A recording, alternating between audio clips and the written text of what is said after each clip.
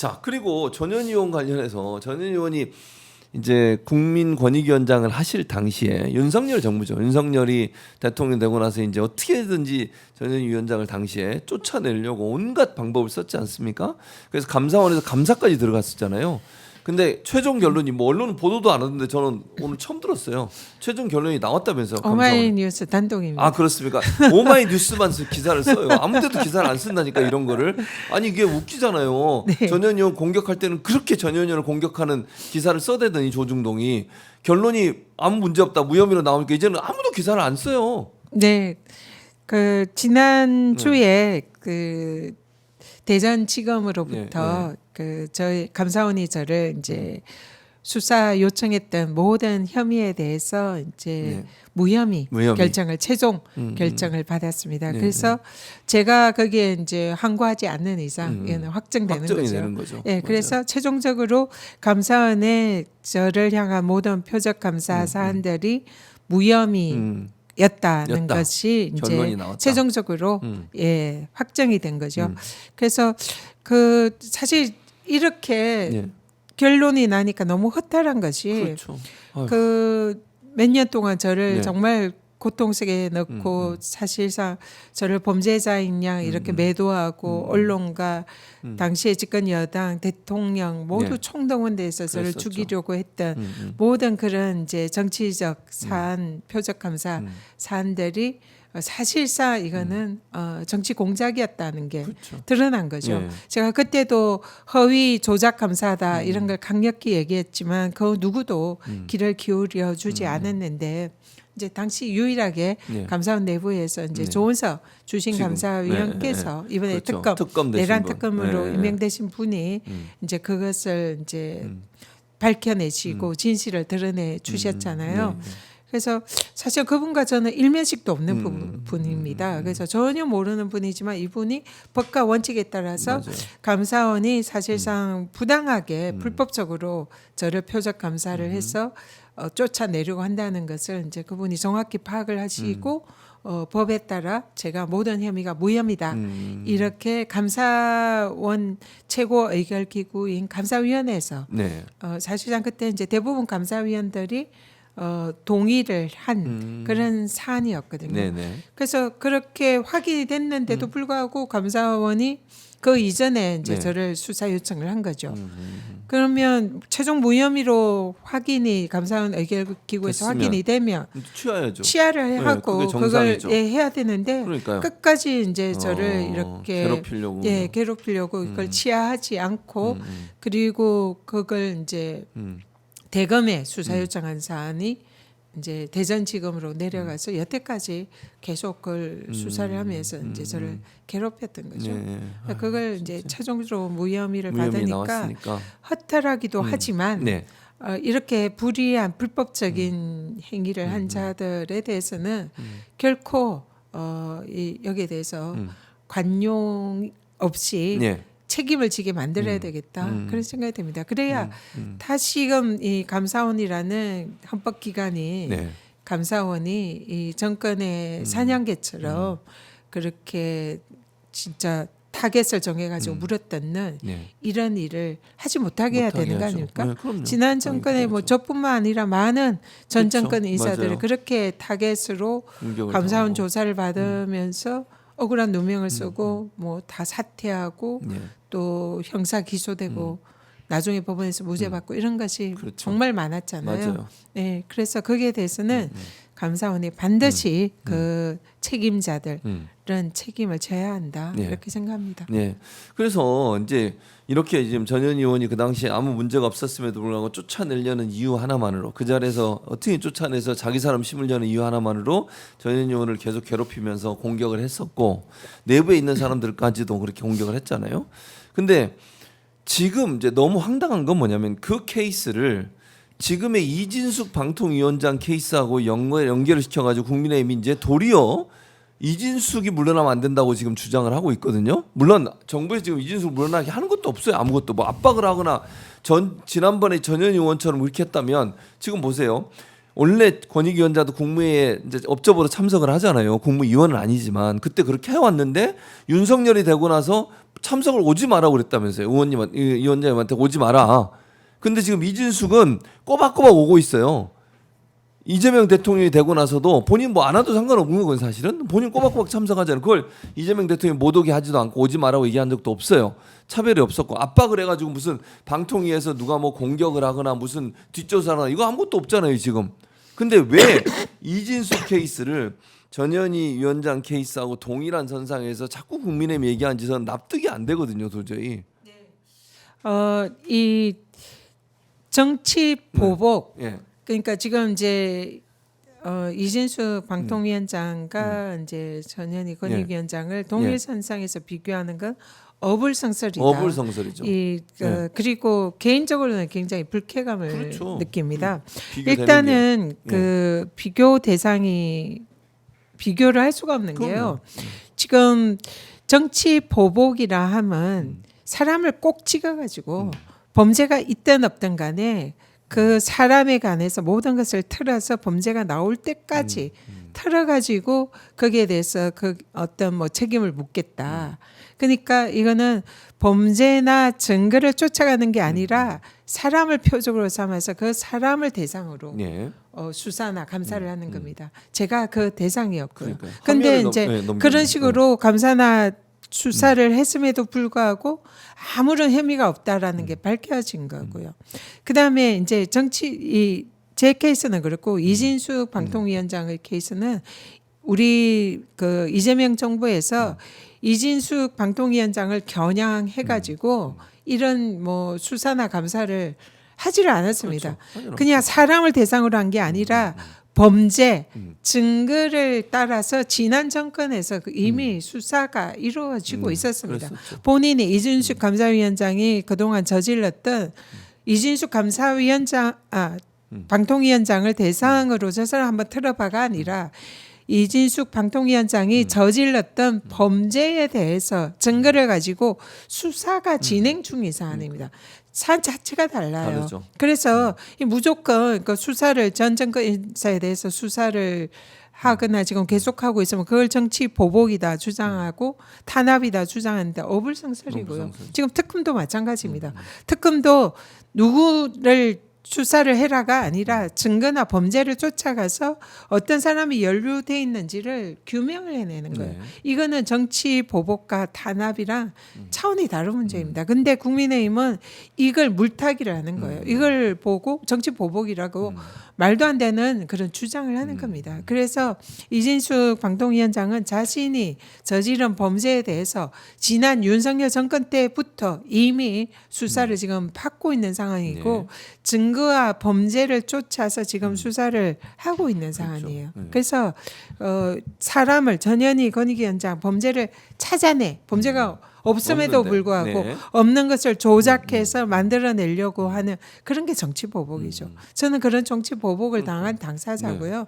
이진숙은 자신이 범했던 범죄에 대해서 증거에 의해서 수사를 지난 정권부터 받고 있는 사람이고 차원이 다른 문제다는 거 다시 한번 분명히 말씀드리고요. 이진숙 방통위원장이 그래서 괜히 제 케이스를 언급을 하면서 국힘 쪽에서 같이 묻어가려고 하는데 전혀 다르다. 저는 그리고 또 그런 것에 대해서 이렇게 검찰 감사 윤석열 정권의 감사원에서도 이미 모두 무혐의다 결론을 받았고요. 이번 검찰에서도 그게 또 최종 확인이 됐다 이런 말씀 드립니다. 그리고 윤석열 대통령이 국무회의 관련해 가지고 대통령이 되자마자 국무회의 관련돼서 첫 번째 언급한 게 뭐예요? 전현희 권익위원장 국무회의에 오지 말아였습니다. 그랬었죠. 국무회의에 제 명패도 다 빼고요. 그리고 국무회의에 참석조차 못하게. 그래서 윤석열 정권 내내 이 국무회의에 배제되고 모든 그리고 내부에서도 이 뭐 사실상 이 업무에 이제 부하 직원들에게 이렇게 배제받는 이런 식으로 지속적으로 업무 방해를 했습니다. 괴롭혔죠. 그런데 지금 이재명 정부는 어떻게 합니까? 국무회의에 다 와서 와요. 네. 업무 보고 받고 그러니까요. 그냥 아무런 차별 없이 지금 발언도 계속 했어. 발언도 이준석이. 그거 다 보장을 하고 있잖아요. 그거는 지금 질적으로 다른 겁니다. 그러니까요. 완전히 그래서 다르죠. 그 제가 그런 얘기를 어떤 언론에서 했는데요. 네. 저도 그러니까 이 정부랑 국정 철학이 맞지 않을 때는 가급적 자리를 스스로 용퇴하는 것이 그게 바람직하다. 왜냐하면은 어쨌든 정치 철학이 맞고 같이 힘을 모아서 일을 할 수 있는 그런 인사로 정권 교체가 됐으면 함께 해주는 게 맞지 않습니까? 네네. 이 부분에 대해서 저도 똑같이 고민을 했습니다. 당시에 윤석열 정권이 네. 교체가 됐을 때 네. 저는 처음에는 윤석열 정권으로 교체가 됐기 때문에 지난 정권에서 임명된 저는 비록 권익위가 임기가 정해진 독립기관이기는 하지만 네. 그래도 그 새로운 정권에 힘을 실어주기 위해서 나는 자진히 사퇴를 해야 되겠다라고 생각을 하고 그러셨군요. 사표 이런 거를 준비를 하고 있었어요. 사실은. 그런데 그렇게 하고 있는데 갑자기 대통령이 예. 국무회에 오지 마. 그러니까 이제 국무회에 오지 마라고 네. 하는 거는 이거는 대통령이 법을 위반한 겁니다. 그 국민권익위법에는 임기가 보장되어 있고 네. 독립기관이고 네. 그렇기 때문에 정권과 상관없이 어쨌든 이런 독립성이 보장된 기관이에요. 네. 그렇기 때문에 대통령이 오지 마, 국무회에 참석하지 마, 뭐 이런 식으로 하는 거는 그는 불법이에요. 그렇죠. 불법이죠. 불법이고 그렇기 때문에 이거는 불법인데 불이한데 이 법치주의를 외치는 대통령이 할 수 있는 말이 아닌데 처음 든 생각은 그 생각이었습니다. 그래서 이게 만약에 내가 예. 대통령이 나가라고 해서 그 때문에 나간다면 법을 어기는 거잖아요. 그렇죠. 저는 정말로 예. 법은 반드시 지켜야 된다는 그런 일종의 거의 범생이적인 그런 생각을 가지고 있습니다. 그래서 법을 지켜야 되는데 대통령이 나서서 법을 어겨? 이거 어떡하지? 이거는 분명히 이거는 위법이야. 그런 생각이 들었고요. 네. 그러니까 이제 법치주의를 지켜야 된다는 이런 생각이 이제 사명감이 그 당시에. 들었던 거죠. 그리고 또 그 다음에 바로 이제 네. 이 죄도 없는데 뭐 제가 뭔가 묵할 수 없는 뭔가 그러니까. 중대 범죄가 있다는 있는 식으로 것처럼. 예. 감사원의 당시 유병호 사무총장이 예. 언론에 대한 얘기를 하고 국회에 와서 그런 얘기를 국민의힘 의원들한테 돌아다니면서 하고 상임위에서도 그 얘기를 합니다. 예. 제가 제 생각에는 제가 예. 아무리 생각해도 범죄를 저질른 적이 없는데 묵할 수 없는 중대 범죄 혐의가 있다라는 식으로 얘기를 하면 제가 그러면 그런 그 억울한 누명을 쓰고 제가 그건 안 물러나면 되죠. 그걸 제가 예. 인정하는 꼴이 되잖아요. 그렇죠. 맞아요. 그렇기 때문에 저는 스스로 그때 당시는 예. 이런 부당하고 불이한 최고 권력에 대해서는 네. 여기에 대해서 우리 기관의 독립성도 지키고 법치주의도 지키고 제 억울한 예. 누명을 벗어나면 저항을 하는 수밖에 없었던 거죠. 그래서 내몰린 겁니다. 그러네. 그러니까 이솝우화에서 예. 그냥 옷을 벗기려면 예. 햇빛을 쬐어주면 스스로 옷을 벗잖아요. 그러니까요. 저는 그런 생각이었고요. 지금 이진숙은 전혀 다른 상황이죠. 자신의 범죄 행위에 대해서 수사를 받고 있고 네. 그런 상황이지만 이재명 정부에서 거기에서는 대통령이 아무 말씀 안 하고 같이 업무 하고 있죠 파트너로서 지금도. 대우를 네, 하고 맞아요. 있는 거고요. 맞아요. 그런 상황인데 왜 자신들이 정했던 네. 자행했던 그 수많은 범죄 행위 억울한 누명 씌우기 공작에 대해서는 입 닫고 그러니까요. 그냥 그걸 가지고 그 희생자였던 저에게 예. 뭐 그때 뭐 왜 안 물러났냐 뭐 이런 식으로 알박기 한 거 예, 아니냐 예, 이런 그렇게. 얘기를 하는 거는 그건 전혀 다른 어불성설이다. 얘기죠. 예. 그렇게 아니 또 말씀드립니다. 알박기라고 하는 건 뭐 끝날 때쯤 해서 하는 거잖아요. 예를 들면 예. 그러니까 이준수 방통위원장 같은 경우는 지금 뭐 수사가 진행되고 있고 수사가 제대로 잘 안 되고 있어서 이제 다시 또 하더라고요 대전에서 법카 사용 관련해서 불법성과 위법성이 있다고 해서 민주당이 고발을 한 거 아닙니까? 수사가 진행되고 있어. 그 과정에서 정부가 뭐 압박을 하거나 물러나거나 이런 얘기 한 적이 없어요. 말씀하신 것처럼 회의도 꼬박꼬박 들어오고 발언도 했다니까요 국무회의 때 본인이 그렇게 다 허용이 돼 있는 상태고. 지금 전현희 전 권익위원장은 회의도 못 오게 만들고 억압을 하고 압박을 하고 내부에 있는 사람들 이용해가지고 계속 압력을 넣고 일에서 막 배제시키려고 하고 이런 시도가 계속 있었잖아요. 고소하고 막 그런 쪽으로 따지면 정부가 고소해야지 이진숙을 한 번도 그런 적이 없잖아요. 정부가 나서가지고 그런 식으로 저를 네. 탄압을 하고 정치 보복을 하지 않았다면 저도 물러났겠죠, 사실은 그 자진해서 당시에는. 네. 초기에 물러났을 네, 네, 겁니다. 그리고 그렇게 하는 게 저도 하고 싶었고요. 음. 제가 이 사실 알박기라는 것도 말이 안 되는 게 예. 윤석열 대통령에게 임명을 2년 전에 그때 당시 그러니까. 윤석열 초기 당시 예. 2년 전에 임명을 맞아요. 문재인 받은 거잖아요. 대통령으로부터. 예. 네. 그리고 1년 정도 임기가 남은 남은 상황에서 상태였고. 정권이 교체가 네, 됐는데 맞아요. 2년 전에 임명된 사람을 알박기라고 그건 말이 주장하는 안 건 되죠. 어불성설인 거죠. 그러니까요. 지금은 윤석열 정권이 정권 말기에 알박기를 엄청 무더기로 했더라고요. 네. 사실상 권한 대행이 맞아요. 이 그 거의 정권 말기에 임명한 이런 걸 알박기라고 그러니까요. 우리가 하는 거죠. 네. 그래서 말도 안 되는 주장에 저를 갖다 끼워 넣는 이 자체가 그야말로 어불성설이고 억지다 이런 말씀드리고요. 네. 사실 그래서 이 다시 처음으로 돌아가면 네. 이진숙 방통위원장은 스스로 생각해서 물러나야죠. 스스로 그게 판단을 맞죠. 하시는 네, 게 네, 네, 맞다. 그러니까요. 그렇게 생각합니다. 그러니까 지금 의원님 말씀하신 것처럼 이게 민주당에서 공식적으로 밝힌 내용이에요. 민주당에서 12.3 내란 사태 이후에 윤석열 정부의 공공기관 알박기 인사가 100명을 넘었었대요. 이게 이제 그 진성준 정책위 의장 25일 아니, 언제 25일인가 보면 3월인가요? 3월이네요. 3월 25일 날.